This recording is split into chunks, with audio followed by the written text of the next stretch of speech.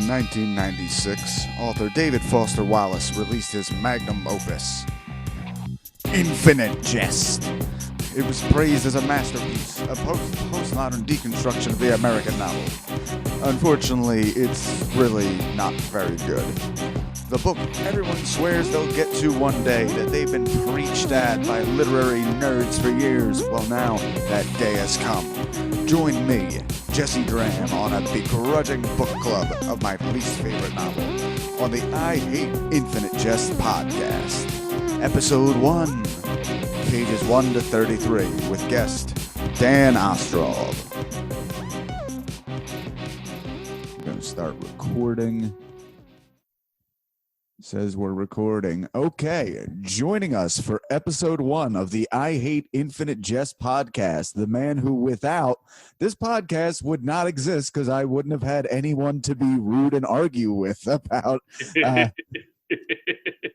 comedian, lifesaver, all-around wrestler, renaissance man, Dan Ostrov. How you doing, buddy? Good to see you. Good to see you too. Good to see anybody. So just a little background for the people. Well, actually, you know what? Just tell us who you are, anything you have to promote. Let's get that right out there. Anything I have to promote. Yeah, I'm actually I got booked solid. Before the quarantine, I was booked solid for May. Not even just the weekends. No. What do I have? I'm actually in this, it's called I should look it up. June Fools on it's the 6-4, so the 4th of June there is I guess some kind of show for it's comedians who are also teachers as well. Okay. Like Casey Kufdick. Mm-hmm. Was doing it, and just like Lamar Todd, I believe, is one of the headliners. Betty Smithsonian's a headliner. So, I don't know. That's the only thing I have to promote. Oh, yeah, I guess I should not promote a whole lot. We can. Oh. What's that? Sorry, could you say that again? What you said about the shields? I believe we cut out for a second. Oh, no problem. So. I've also been making face shields. My school has a fab lab, so we have a laser cutter, and kind of really early on, I'd heard that people were making these face shields for frontline workers, so kind of realized we could do it, and we downloaded a design, and then we did some alterations to it, and then just kind of started production. And it's actually been crazy. We've made about 5,000 face shields so far, and I now have other manufacturers that are basically using my design. So we've been able to up production, and we're getting a patent on it. So it's kind of like my life has just been face shields for the past 2 months, really. Hey, dude, that's great. I mean, as much fun as a lot of people have had with webcam open mics, I think you're doing the greater good focus by making your life face masks for the time being. Yeah, it's like a weird thing in that you don't know. You're in your mind, you're these are helping people, but it's like you don't know. It's like. You get enough face shields on enough people. You make it leaves your hands, and then it goes on and has its own life. You can only really imagine what's happening to it. So yeah. Okay. Well, yeah. So if you're listening to this in the future, let's say in the year of the Tuck medicated pad year, we are recording this in all I know is this is week 9 of our quarantine. Me and my girlfriend moved into this place, and we're working from home that week, and everything shut down 2 days after me and her moved in together. So, wow. Yeah. Wow. Trial by fire. Yeah. I'm glad I picked a good one, because this would be a really bad time to find out she had a bad fucking glue sniffing habit. But nah, here we are. So far, our Elmers remain unopened, so everything's good in that regard. And I'm getting around to some projects I've been putting off for a while, like this, the I Hate Infinite Jest podcast. Yeah. So I first started doing stand-up about 6 years ago, and I don't remember where in this you and I first made acquaintance. Do you have any idea where we met? I don't remember that at all. Well, this has to do with with this podcast, where the first I think I had maybe seen you on stage at the Grape Room, but I didn't really know you. So that was the first era. So I was really edgy and like borderline racist, I'm sure. That's possible, yeah. But yeah. So I kind of knew who you were, and then you had put up a Facebook post being like, "I hate this fucking book. Like, why? You know, this book sucks." And I saw that, and it was like, we didn't get into like a big art. It's like, you kind. I think I had said something to defend the book. I actually took more of your post being like, it was more directed at like David Foster Wallace's fans and like sycophants, basically. Mm-hmm. People that, like, even though this guy's been dead for over a decade, I think, are still like, oh, David Foster Wallace, right. So, and I think there is like a differentiation between like his work and his like fan base. But we did get into an argument, but it didn't really go into. I think we were both kind of like, yeah, this can't really be argued in a Facebook comment section. Right. I remember myself at the time. I really should have dug up the initial exchange. I might dig up the initial exchange and do that in post. But I was not a good arguer then, which is a nice way of saying I was a fucking asshole a lot of the time. If anything, I think that's one of the ways stand-up comedy has definitely made me a better person, is I got better not only at listening, but gauging like, oh, is this really the response I want, Right. So right. If I was rude to you back then, I apologize, because that is almost certainly the way I remember it. Because unfortunately, a lot of my comedy friendships have started with me like fucking hate. Not that this was you, with me like, oh, fuck that guy. And then learning literally anything about them and being like, he's a pretty stand-up guy, actually. So, well, I mean, what I did respect is that you had read the book, or you'd at least read. I read about 400 pages. Yeah. I really gave it a shot. Yeah. So I like that, because I feel there's a lot of people who would, like be like, oh, I hate this. This is so stupid. Like David Foster Wallace would be like, yeah, have you read it? And be like, well, no, I actually didn't read. Like, I read like the first 20 pages. I'm not much of a reader. If you read, I was like, well, I remember being like annoyed, and then being like, well, like, why am I so upset? That's like, it's not like everybody has to like things that you like. I think people there's like so much battles of like, not only do I like it, but if somebody else doesn't like it, that sort of invalidates me not like. It's like, well, what? And I think we kind of need. I realize, like, over the day being annoyed, I'm like, well, not everybody's gonna like the same things. It's like, right. I at least respect that this person gave it a shot.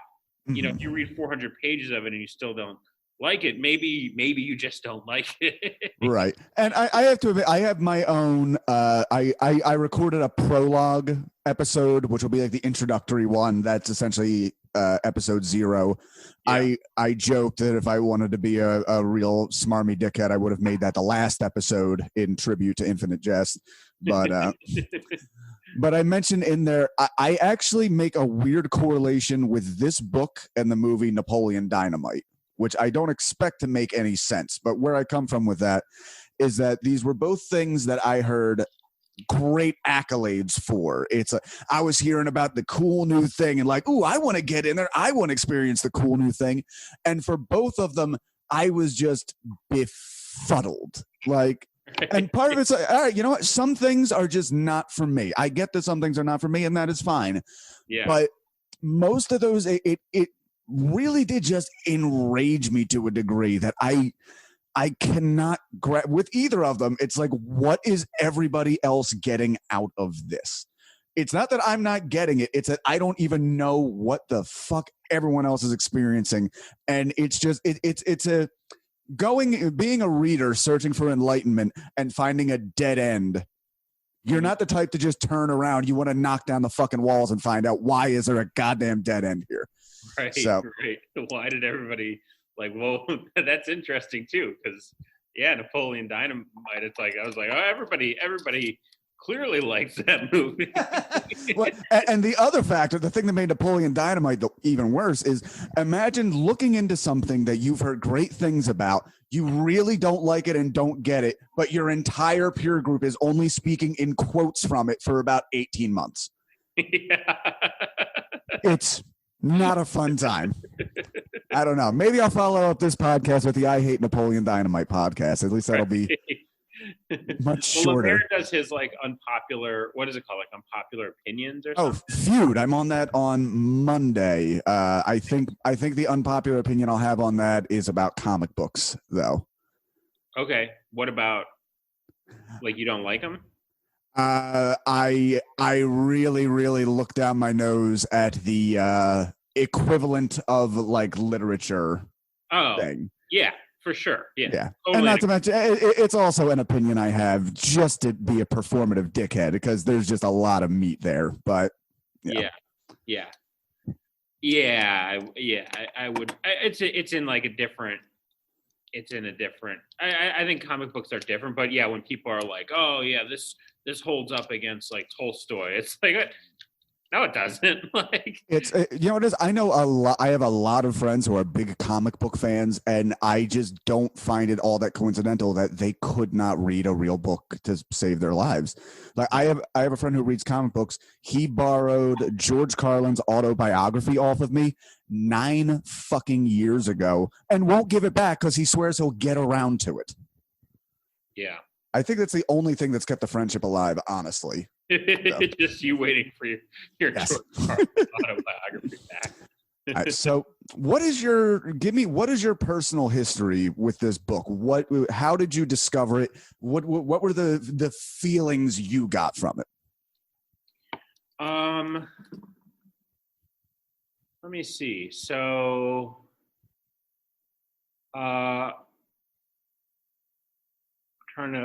I guess I hadn't even really heard about David Foster Wallace until after his death. Mm-hmm. I think actually kind of the first I heard about him, I'll have to go back and refine this article. There was an article written in the New Yorker by another author. It might be David Eggers, although I'm not sure. But another author who was close to him, who it was at. It was kind of it was kind of tough on him. I mean, it was sort of being yeah, life is a struggle, and David Foster Wallace talks a lot about, in Infinite Jest and in other things, he talked a lot about suicide. I think it was something he really, obviously was there for him, and I think him and this author had talked about it a lot and kind of. Knew that was always a possibility, but the author was a lot of people suffer. We talked about this. I'm angry. It was this guy being I'm angry at you. I'm not just sad. Everybody's sad. I'm angry because you couldn't fight through the suffering. And we talked a lot about fighting through and doing that. And eventually you succumb to it. Which he did. He hung himself, and yeah. So that was the first that I heard about David Foster Wallace. So it was kind of interesting, and then knew just had heard him reference, and then I had a roommate who was really into his work and was kind of oh yeah, you should read Infinite Jest, but you should actually read these other pieces first, because it's better to go in to Infinite Jest with some understanding of his work. So I read, I think I read like Good Old Neon. I listened to like This Is Water. I'd listened to some of his interviews, and maybe I think I read his piece on John McCain. I read Big Red Sun, and then I read Infinite Jest. Okay. Yeah. And that probably helped because like I'm going into this second big attempt to read the book with a lot more background knowledge. I've been reading some of his essays. I told you Tracy Austin Broke My Heart actually is the first thing of his that really like got through to me. Like, okay, I understand this now. I get that a little bit. I also watched End of the Tour with Jason Segel portraying DFW and Jesse Eisenberg, and actually found him to be very, I mean, again, we're talking somebody playing him. You're going to get the more sympathetic aspects of his character. But yeah, definitely like, okay, I might be coming around on this guy a little bit. So what was your reaction upon the first read? Did you go straight into it and read the whole way through, or did you have a little bit of a start and stop the way many people do with this book? How did I read it? I probably read like the first 200 pages and then stopped for a while, and then I kind of went back and forth between I listened to a fair amount of it on like audiobooks actually. And there's like the audiobook version is really good. Like the reader is excellent. Like, so I don't know if you listen to audiobooks at all. I'm not really familiar with, I'm familiar with the concept, but I haven't really, no. Oh, audiobook. I mean, audiobooks are basically just where they get like a professional reader to read a book. And so you listen to it like a book on tape. No. Like I said, I'm familiar with the concept. I just haven't personally listened to one. I find them, I love audiobooks, especially when I'm driving, like on a long road trip. They're not good all the time because, the thing about reading is like when you're reading, that's consuming your whole mental space. And what can happen with an audiobook is like, I'll really only listen to like a book on tape, audiobook if I'm driving on a road trip where there's like not a lot of like decisions to make, like I wouldn't listen to an audiobook driving through Philly. Right. You're like in and out and in and out. This is more like long highway driving. Yeah. But I think I was doing some really long drives at the time. Forget where we were. I remember we did like a couple like 7-8 hour drives, and so that really helped. I think we drove up to Maine and so that helped get through a lot of it. I mean, I listened to a lot of it, and the reader is really excellent. So that was my first experience with it, and I found it to be really fascinating. I mean, the read. Just to do a side thing, if you do ever want to listen to, like, if you're interested in audiobooks, the Cold Mountain is an audiobook that's read by the author. I listened to Cold Mountain 3 times. Wow. And I consider Cold Mountain to be my favorite book. Okay. If you've seen the movie and you're like, that movie sucks, I fully agree that movie sucks. Literally, my only knowledge of Cold Mountain is the movie is the reason Jack White and Renee Zellweger dated for a hot minute. So I got a lot out of it too, Dan. That's what I'm saying. Yeah, they ruined it, which you knew they would. Yeah. Who's the author of Cold Mountain? Fraser. His name is Charles Fraser, and he actually reads the book, which is pretty rare. You usually don't have an author reading, but he kind of it's essentially, the book is an interpretation of a family story, like the bare bones of the family story. Like, what is known is that he had some like great grandfather that was like fought in the Civil War for the South, was injured, and decided rather than going back into into battle when he recovered, he was going to walk home. Okay.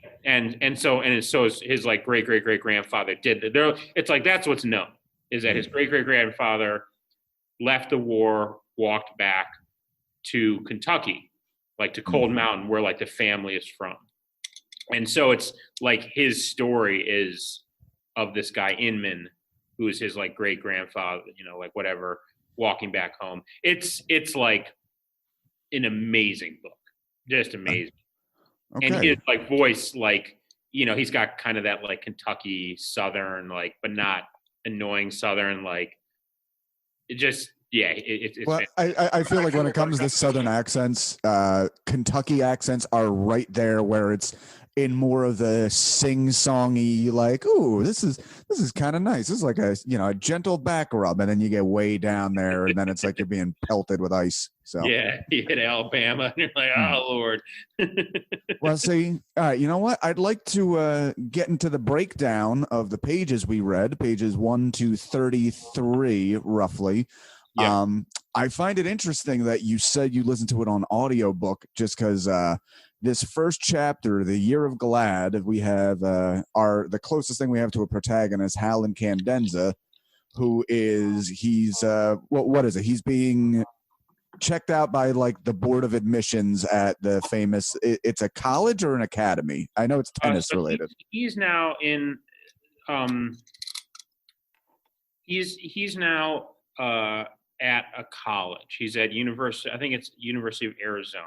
Mm-hmm. And so the scene is him going into this room with these 3 like prorectors who are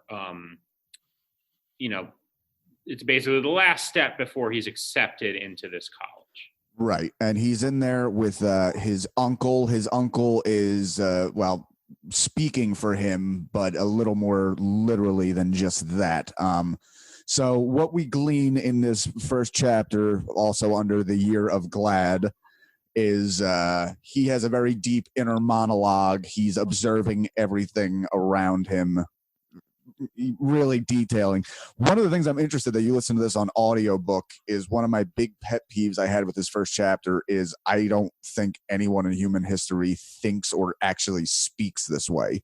So I really actually want to hear that audiobook just to see if that comes across a little different. They're going down the details. I think the gist is that he's a great essayist, but his testing is quite beneath himself. They're trying to get him to explain himself a little, and things don't go very well. Right. Yeah. Yeah. It kind of like, so this, I mean, I don't want to do any like I'm going to try not to do any like big like reveals for the later stages of the book.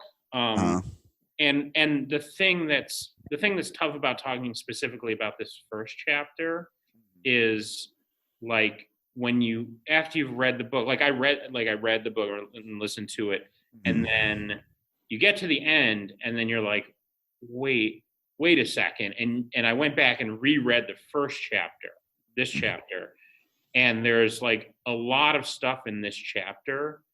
There's like certain sentences in this chapter that are like wildly important to the book. Okay, so it's kind of they're dropping the breadcrumbs very, very early before you even realize you should be looking, before you have any context to put them in, more or less. Right, and the weird thing, and I kind of like alluded to this a little bit, and I'm gonna like try not to like ruin too much of the book. One of the at least in my opinion, one of the things about the structure of this book is there's basically like this chapter takes place a year after the rest of the book. So a year has passed, and you'll kind of and I don't think that's a big reveal, because you do realize like in the within the first 30 pages they're like going back to Hal being at like a year earlier. Right. So the book like this chapter happens, then he jumps back a year in time. There's the whole book, and then the book cuts out at this like extremely important moment it's like everything in the book leads up to this moment. The book ends, and then you get this one chapter that happens a year later that really just kind of alludes to what has happened in the past year, which is not written about at all, but is like actually the most important. It's like it sounds like it's going from Act 2 straight to the epilogue. Yeah. Okay. Yeah. And see, the reason I'm not worried about spoiling that is because, as somebody who's found it such a difficult read, that is something that actually intrigues me to move forward. I mean, I know one of the big adjectives that gets thrown around for this book is disruptive. Yeah. Both with not only the massive amount of footnotes, but chronologically, there's some stuff happening there. So I'm willing to allow that. Like, again, I need to climb the mountain to fully look down and appreciate the path that led me there. Yeah, but you might still hate it. It's like if you don't like his writing, that I would say that's not even. I can't even argue with you. Like that's just like, I don't think his writing is meant to be like beautiful. Like I don't think right.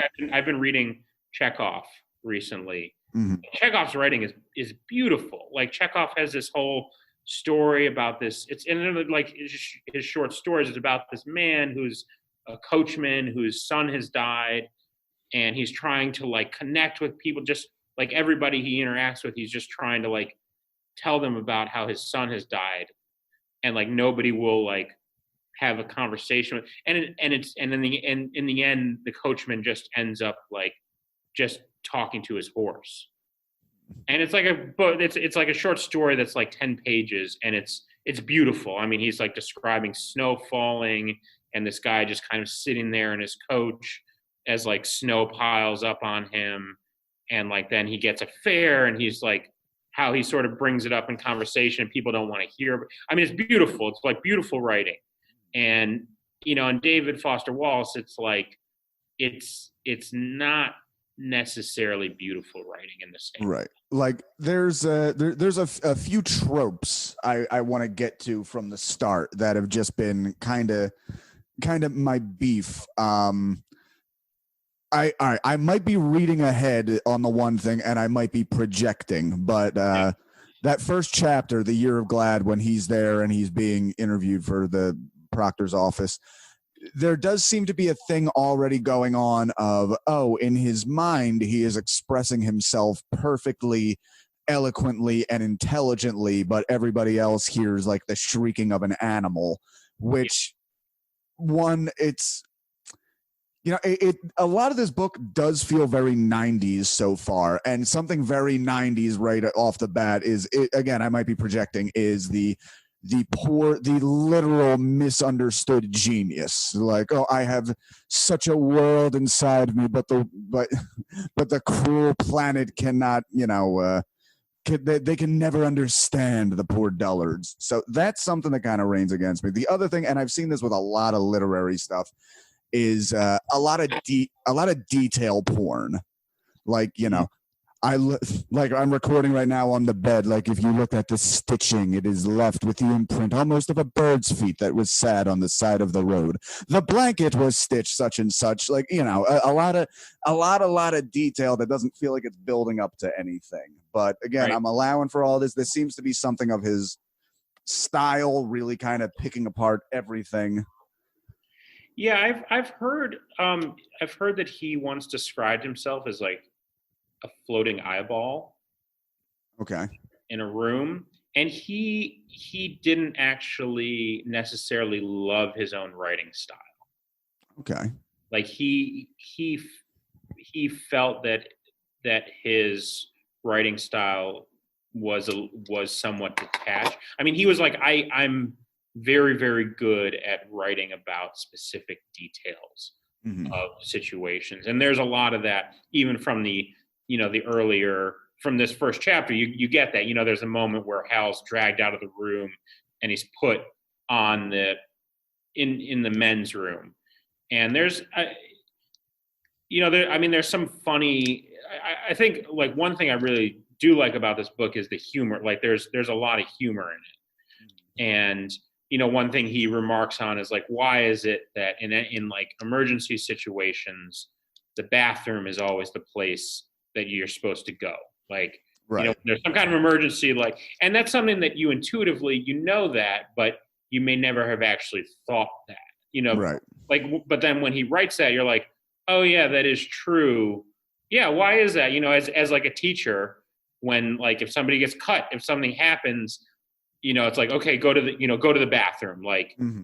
And in this situation where Hal is like tackled and dragged out, he's taken to the bathroom and he gives this really detailed description of the smell of the bathroom, the kind of like the way the tiles are, the way your face feels against these tiles, and the sounds that are happening in the bathroom. It is, I mean, it is, I think detail porn is, I think that's possible. I mean, I think if he'd like edited out his detail, if he'd done like an Ernest Hemingway and just been like, or going back to Chekhov, like in Chekhov, they talk, there's a whole idea of Chekhov's gun where right. it's like, if something is mentioned in writing, it needs to be important to the storyline. Like, don't mention, like Chekhov was very much like, if you mention a gun in Act 1, right, the gun has got to fire by Act 3. I was throw stuff in. I was watching a TV series with my girlfriend, Louis C.K.'s Horace and Pete recently, which is amazing if you've never seen it. But yeah, I've started watching it. It is excellent. Right. But having watched it a few times now, there is a big thing that happens somewhere where somebody, let's just say, is fallen. And the thing that befalls them, you realize on second viewing, like, oh my God, they point to that fucking thing like for the entire hour, and yet you still don't see it when it's coming, even though in retrospect, it's Chekhov's gun. Like, Chekhov's gun was sitting in my lap the entire fucking time, and then I didn't notice when they reached out of the TV into my lap and yanked it out. Like, oh, what the fuck was that doing there? So very, very effective. You mentioned before. Oh, go ahead, sorry. Well, I think with David Foster Wallace's writing, he does not adhere to that. Like, he's very much like, I'm putting in a lot. I mean, what's interesting is he does and he doesn't. It's like he puts in a lot of extraneous stuff that may or may not have anything to do with the plot. It might just be there. I think a lot of what he puts in there is actually meant for comedic value.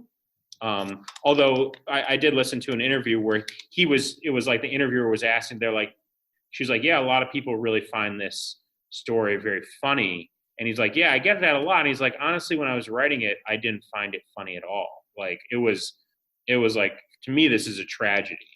Like, I was writing a story about like what I view as like the great American tragedy. And it's interesting that people laugh at it. Cause he's like, I didn't laugh at this story when I was writing it. But I think there's a lot of humor in it.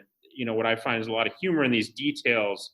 But then there are also, now that I'm rereading it, there are also these like very subtle clues that are thrown in. It's like, I'll read a sentence that I, had read it before, but now that I'm rereading the book, I'm like, oh, whoa, like that's actually important. That's going to be important later on in this book. And I didn't realize it in the first reading. Right. His style of writing does seem to really reward the rereader, because it seems, just in what we're discussing, it's what I refer to as detail porn. You can almost see that as the cleverness of like obfuscating the really important detail in a bunch of non-important detail. Yeah. But still, it's kind of, grabs you when it does come out. You mentioned before, I'm going to jump a little ahead here in where we talked about this thing, where you talked about with the bathroom, oh, that's where people go in an emergency. You don't really think about that much. The one he had in the final mini chapter here, we did May 9th, Year of the Dependent Adult Undergarment. I'm sure they'll explain it eventually. I hate that fucking chapter naming thing. Again, very 90s. Like, even the years are named after products, man. I'm sure I'm projecting that as enough. But when he makes the line, sons inherently answer the phones just like their fathers, that actually made me think for a good while, like, okay, that's a good detail I never thought of before. But yeah, no, like made me miss my dad, honestly. Yeah. Yeah. It is true. And it is, yeah. Yeah, he does. I mean, that's what he, talking about like the floating eyeball, like he notices, certain things in life that, that I think a lot of people would miss. I mean, I think that is what he struggled with a lot in his life, is he was almost so like hyper observant that it was hard, and he talks about this in Tracy Austin Broke My Heart, where he's like, I could never be a great athlete because I can't just turn my brain off and play. Right. Like right. I can't just be in the moment. I'm like so hyper observant of all these little details that happen in life and that, interest me, but he could never just like step outside of it and just be present and be. That is actually the great takeaway I took from the Mary Austin thing, that I just saw as like a great, almost like a mathematical theorem, which is the whole thing is we want to hear these stories of these people who were driven to greatness. But the honest to God truth is part of the reason they were so great is they never had the self-awareness to bring themselves down, but also the self-awareness to, describe it to the rest of us. Yeah. Yeah. And it's like, I always hate when they do that. And like, they always do it when you're watching sports where like, they're like, all right, well, what were you thinking when you were like, during the inbound pass on that shot, like that last shot you took, like, what were you thinking? And it's like, I am nowhere near a professional level athlete, but I've played sports my whole life. And I know everybody knows in moments that you do something well in sports, it's mindless. Like everybody knows, like, what were you thinking? Like I was thinking nothing. Like the reason I was able to do that was because like my brain had turned off and I just reacted.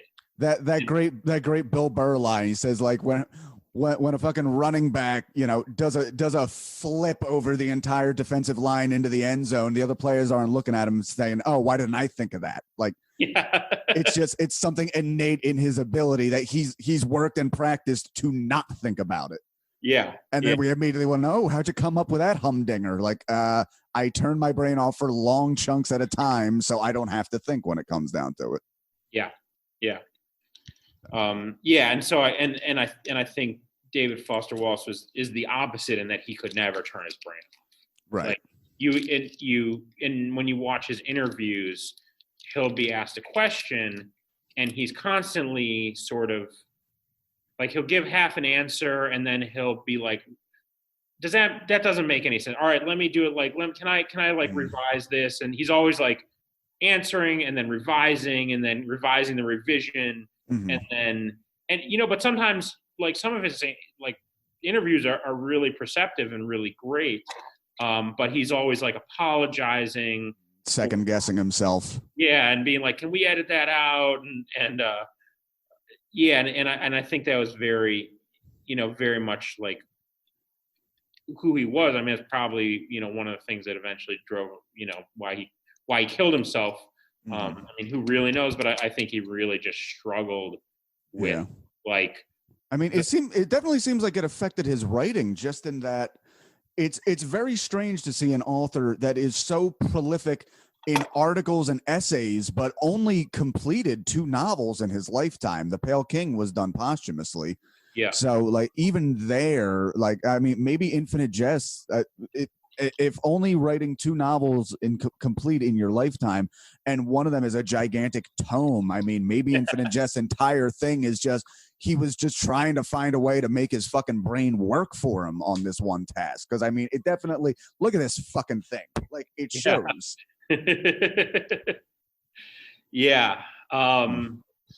Yeah. I think, I think like one of the, I should say when I was reading Infinite Jest, I like I said, I had this roommate and he's a huge fan of David Foster Wallace. So he, Oh, so you kind of had a Sherpa through the whole thing. Yeah, I think we discussed him more before and then after. Mm-hmm. And there is this thing called like endless summer that people do, Mm-hmm. where during the summer, and it actually, I think in a certain way, like people will like do this thing where they read the book at a pace that actually matches the pace of the book, and like it's just this thing where like people be online and discussing this and that, and I didn't really want to get into that because like I said, I don't, I don't always love the fandom of David Foster Wallace. I'm like, Right. I'm gonna read this book, I'm gonna like. I mean, I honestly hope this podcast kind of works as something for people like that, because I am committed to get to the end. And I mean, for a book that is like famously hard to get through, I'm wondering if not only for the listeners of this podcast, but for myself, like, I'm committing to 30 pages a week. Like, well, I can do 30 pages a week, for 40 some podcast episodes. So I don't know. I think that will definitely affect my enjoyment of the whole thing. Not that I'm literally doing it as a job, as opposed to, something to unwind with at the end of the day. Right. Yeah. Yeah. It's not really like a book to unwind with. It will. Right. It might put you to sleep though. All right. I just want to press ahead on the actual material here. So we have the year of the dependent adult undergarment. This is what I've referred to as the pothead speech, because it is very, very long-winded. It is about I only realized this looking up that this is actually Hal speaking. I thought this could have been another character. I don't think he is actually named in this chapter as to who in fact is speaking, but it is Hal. No, it's not Hal. That's not Hal. You're talking about the guy who's waiting for the weed to show up. Yes. Yeah. That is not Hal. No, that's not Hal. Is it too early to say who that is? It's not anybody else we met? That guy's not a major character at all. Like, I think that's his only time in this book. I hate that chapter so much more then, because it is just, it's very, very long. It's this is where we get also into another postmodern trope where we will have paragraphs that go on pages and we have one paragraph goes on for 5 pages in this section, and the sentences get longer and longer.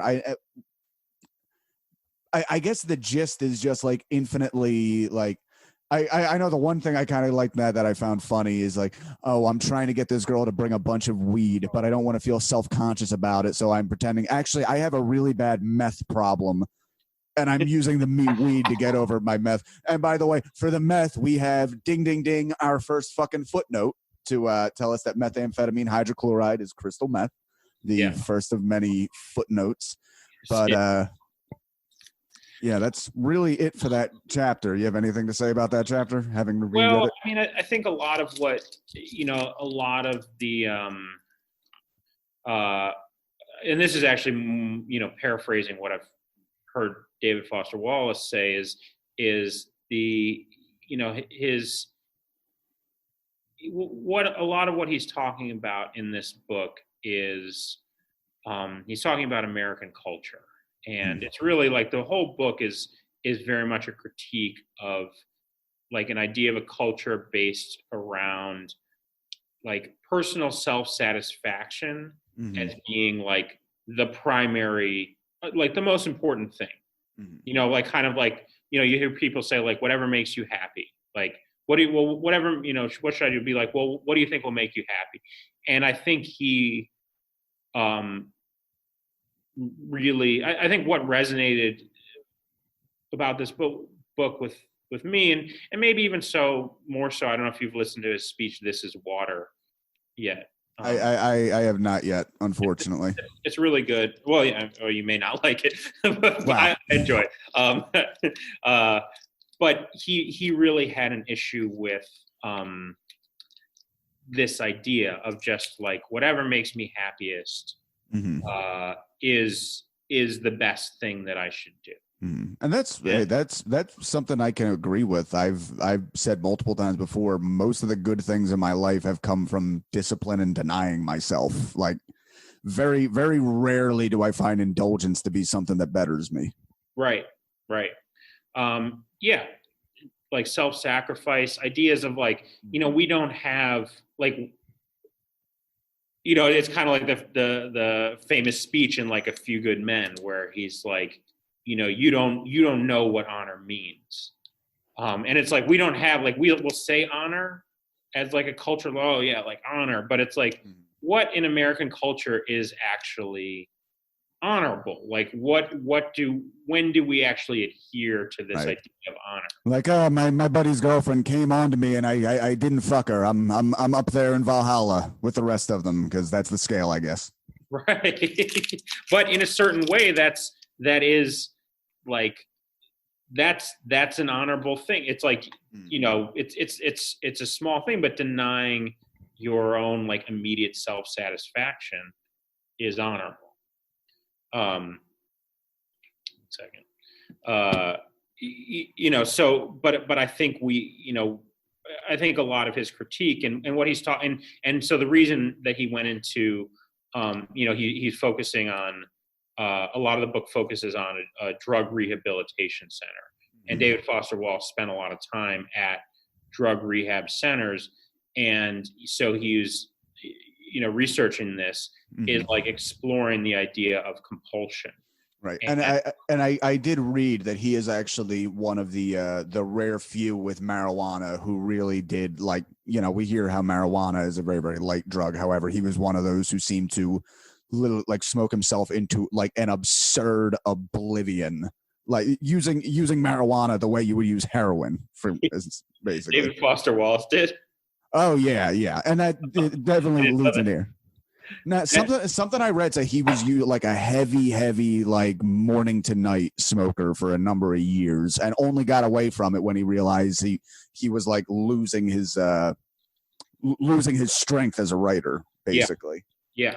And I think that's something that's not talked about that often in the marijuana discussion is because it's so, it's like illegal and everyone, it doesn't do anything. And really the thing that, like, not that I never smoked, but like when I was in high school, I did more often.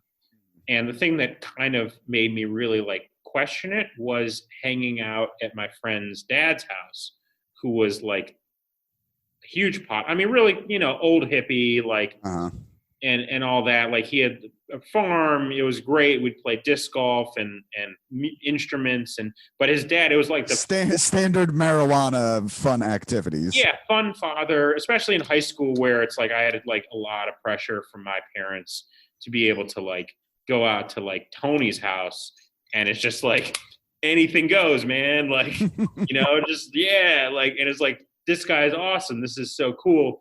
But then there'd be times where he'd be like telling me a story of like, this when I was on like tour, and it was like this story about this beach ball that he'd been like tripping and laying on his back, and this beach ball was flying up in the air and almost hit him, and like somebody blocked it.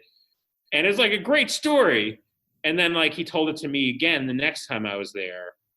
And then he told it to me again, like the next time. And like, I think like the fifth or sixth time I'd heard, he was like telling me this story in exactly the same way. And me kind of like, you don't remember telling me this story? Like literally us sitting here in these same exact chairs. Like, and then I was kind of like, maybe weed like does do something to your brain. Like this guy is like, can't remember this, I had a roommate a few years ago who was a heavy, and only started smoking later into his middle age, heavy marijuana user. And it actually kind of like disturbed me. Like he would, tell me something and then forget what it was 8 minutes later, and then forget another 8 minutes later. Like, dude, I don't care how good you feel. That would terrify me if that was happening to me.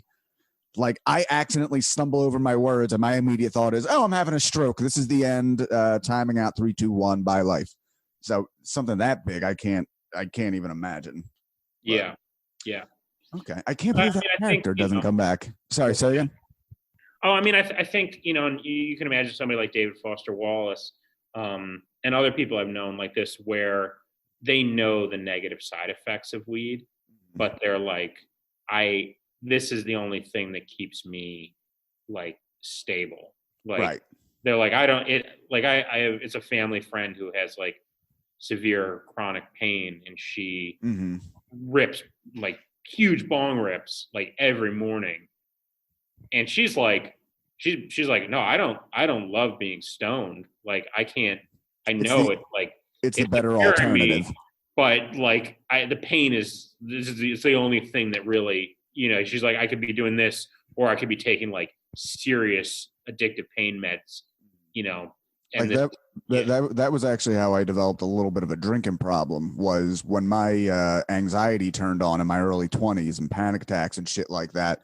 I need, like, that end of the night after just getting through that whole day. It's just, I needed that fucking calm space, and this was the only place I got it. So it's like, yeah, I understand it's bad for me, but the rest of the day without it is very bad too. And that's not even like, a withdrawal thing. It's just like my brain is fighting itself all the fucking time, and I just need a fucking liquid blanket to put over it for a few hours to get me to bed.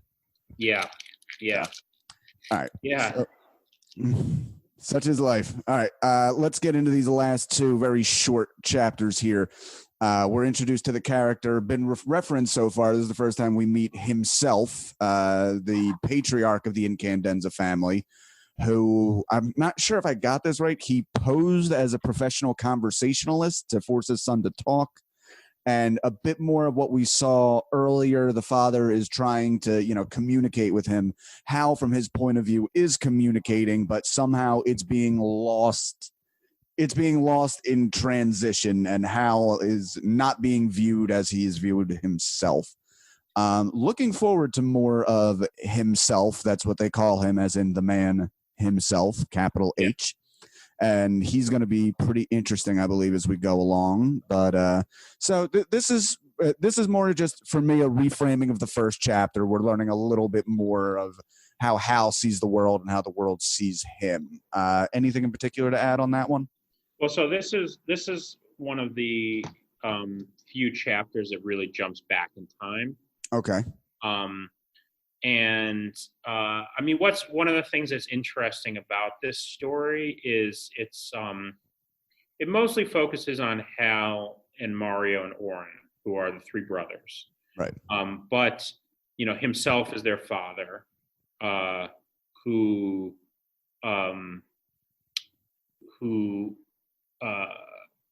is kind of this like this brilliant mind, and I don't know if this is going to ruin.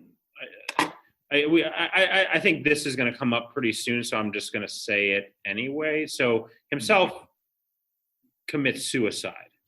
Okay. And actually, most of the book takes place. I think it's maybe even mentioned in the first chapter, but you're going to know it like pretty soon, Right. Within like. So most of the book is going to take place in the aftermath of his suicide. Okay. I wouldn't consider that too much of it for a book that needs to be viewed in context as a whole. I'm not too worried about big spoilers on this one. So okay. Yeah. So but the book, the times that it jumps back are generally within the Incandenza family. So there's going to be chapters where himself is like going back to his childhood and writing about his childhood, and then actually even himself's father has a chapter as well, and I think that's going to come on early on. So there's actually 4 generations of Incandenza, because Hal's grandfather in his chapter will reference his own father, who's Hal's great grandfather. okay. And kind of like the figure of Hal's great grandfather. So you get this. There is this like this like longer narrative of this family, and kind of these different personalities in the family, but also this like thread of continuity that runs through this particular family. Okay. Okay. Well, I'm very much looking forward to that. I've been reaching out to people who are going to be guests for this, and I have already had somebody specifically request Grandfather Incandenza's chapter that he can be on to discuss that one. That's a great chapter. All That's right. like, it's almost, and it's interesting in that, like, a lot of people, like, that chapter can be read outside of the book because I would say it's similar to that chapter that you hate with the guy who's like waiting for the pot delivery, in that it doesn't have anything to do with anything else. Like, I think it was described to me as a drunken soliloquy. Yeah. That's my favorite part of any book. Yeah. Yeah.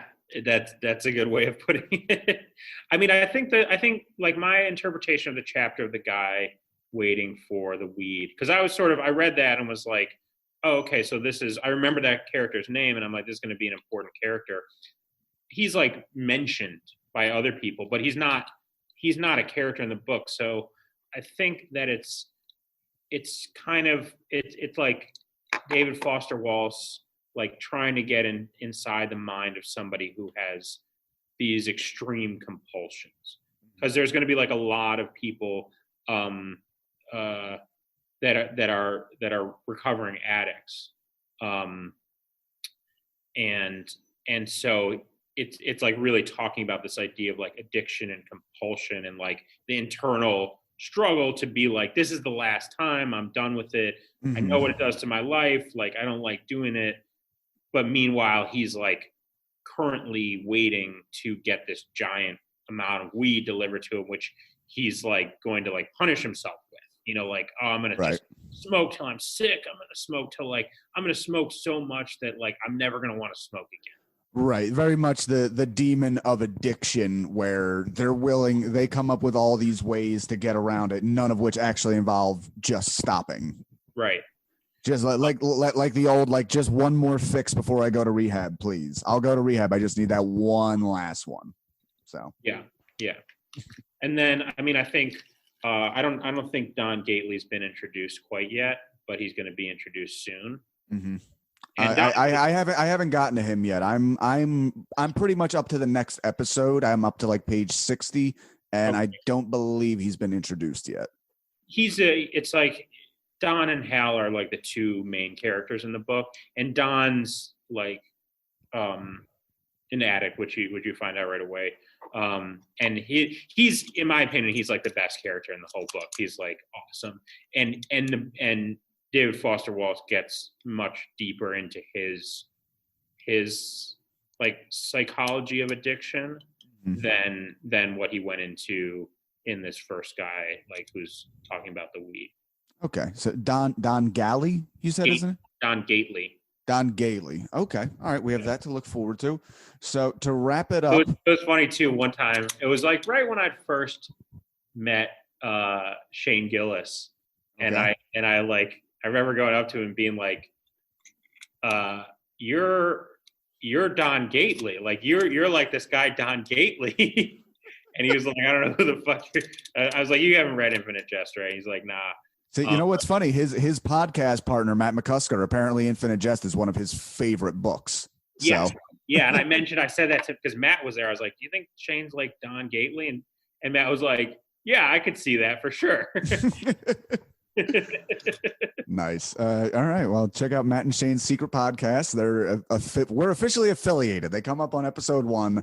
Sure. I have no problem grabbing whatever lit bro audience exists as a subgenre in their fan base. Mm-hmm. Yeah. But if you want a mental picture, or form your own mental picture, but like, I had this mental picture of this guy, and then I saw Shane, I was like, that's kind of what he looks like. Oh, I love when that happens, when you have a picture for a completely fictional person, and then that fictional person just strolls through the fucking door, and like, oh my God, I birthed this from my imagination. Yeah. All right. Final little mini chapter here. May 9th, year of the dependent adult undergarment. Sons answer their phones like their fathers.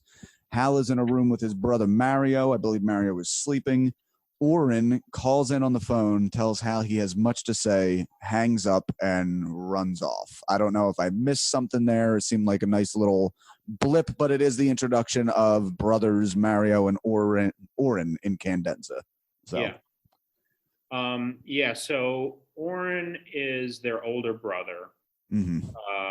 I've had trouble figuring out the birth order. I know Oren is older, but I haven't figured out where everyone else fits in. So then I believe that Mario is second. So Mario is severely. I mentioned something about him sleeping a lot. Yeah, I think. well, he's like severely disabled. Okay. He's like many fans of this book. Mario in Cadenza is like their favorite character. Really? And like Mario is like, I would say, the only like truly good and kind person in like the entire book. Okay. In a certain way. Mario's just like a fantastic human being. He basically is described as looking kind of like a fire hydrant. He's like about the size of a fire hydrant.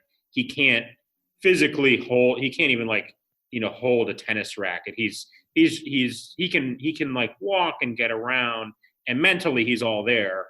Well, I think he has trouble like remembering things, but is like, he's kind of a person that like everybody really cares for him.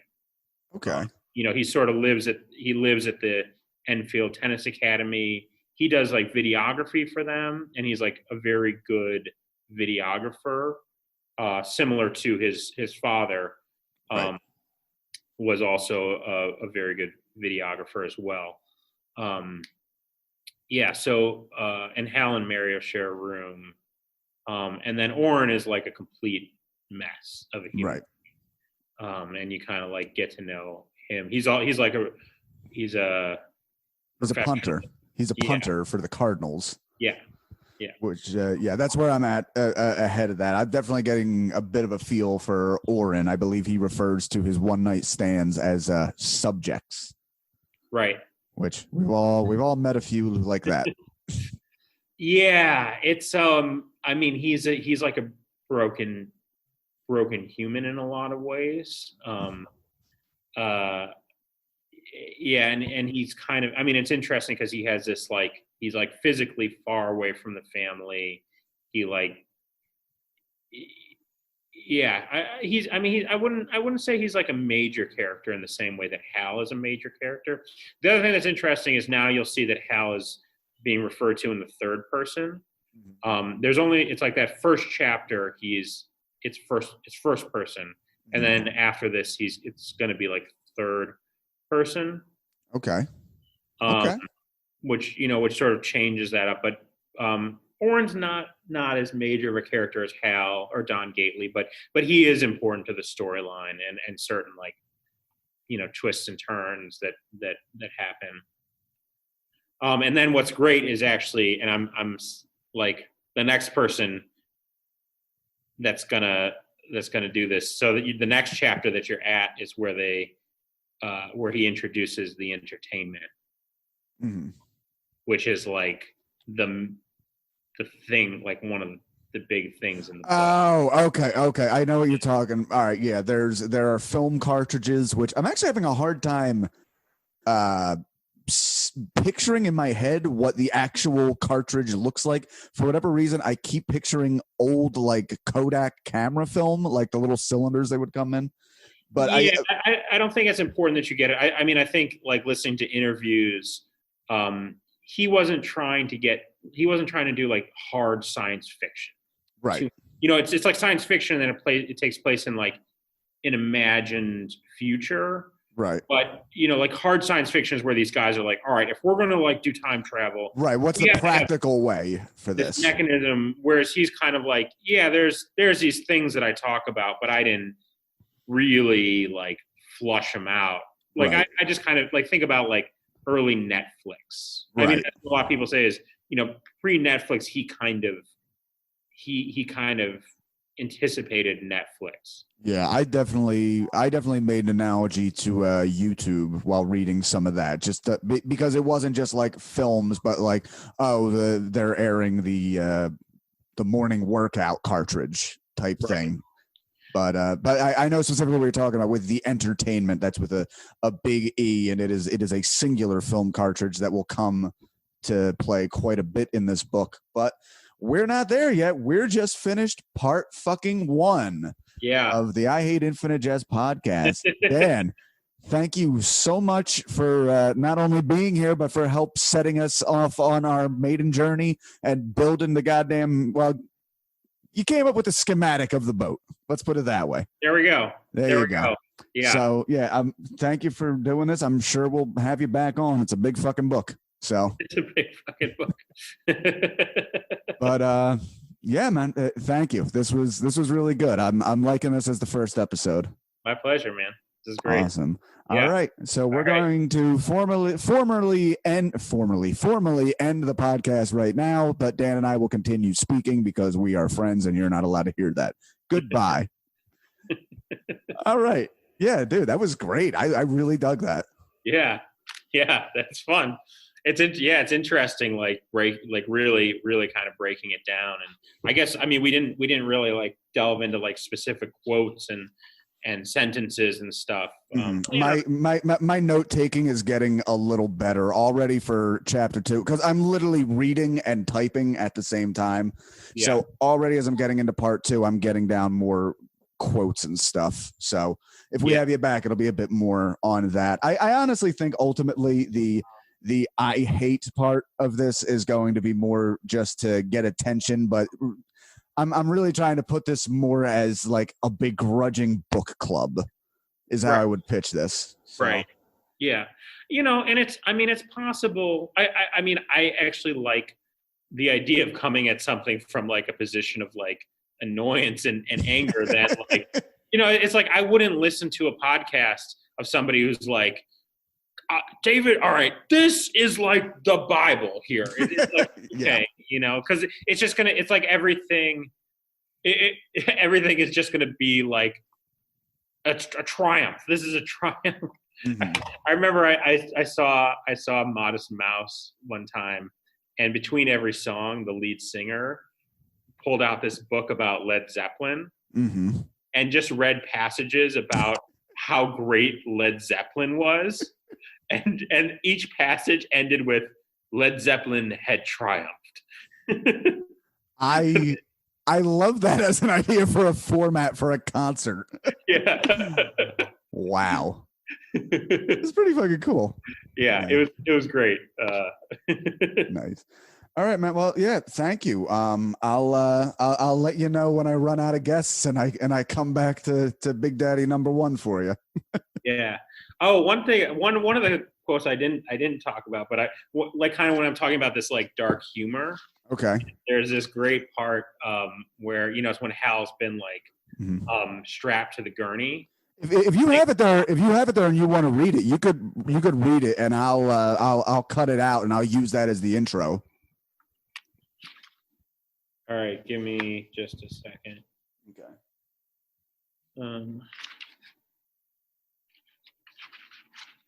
Keep in mind, I'm also deciding on format kind of loosey-goosey as I go as well. So.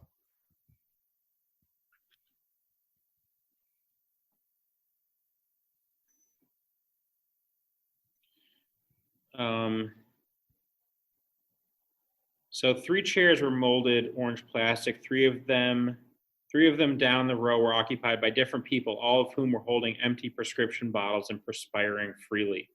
This would have been bad enough, but in the end chair, right up next to the strap-secured head of my stretcher, was a T-shirted woman with barnwood skin and a trucker's cap and a bad starboard list, who began to tell me, lying there restrained and immobile, about how she had seemingly overnight suffered a sudden and anomalous gigantism of her right breast, which she referred to as a titty. She had an almost parodic Quebecois accent and described the titties